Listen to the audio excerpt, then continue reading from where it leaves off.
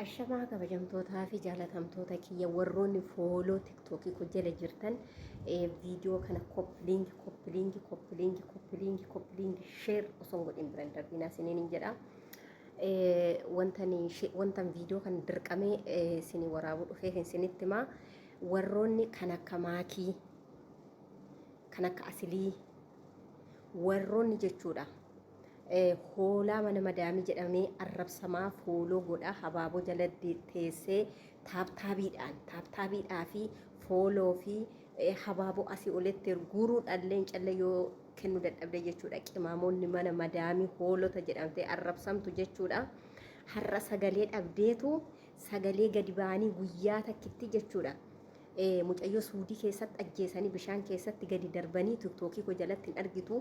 Bishaan keessatti ajjeesanii gadi darban jaroota kana lamaanitti sagalee naaf ta'a najjeesuudhaaf deemaa jirani. Jarri kun sagalee naa ta'aa jette jechuudha. Sagalee naa ta'aa jetteeni itti himattee turte jechuudha.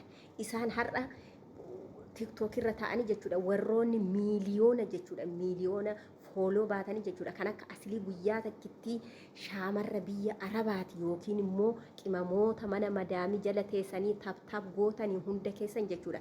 Guyyaa tokko gadi ba'ee isaa sagalee sinii ta'uu fi mana madaamii keessatti rakkatte dhaqaati ijoollee kana nuu baasaa. Mana madaamii keessatti shintibeetiin itti cufame dhaqaati mana madaamiitti nuu baasaa. Shintibeetii keessatti bakka rafan dhabanii shintibeetii keessa rafaa jiru dhaqaati shintibeetii keessaa nuu baasaa guyyaa tokko hin jenne. Ijoolleen qimamoonni mana madaamii bakka rafan dhabanii firaashii dhabanii lafa rafaa jiru guyyaa takkitti afaansaa keessaa gadi ba'ee jechuudha. Namichi afaan shashaa sun jechuudha gadi ba'ee guyyaa takkitti ilmoo Oromoo kan taate saba Itoophiyaa kan ta'e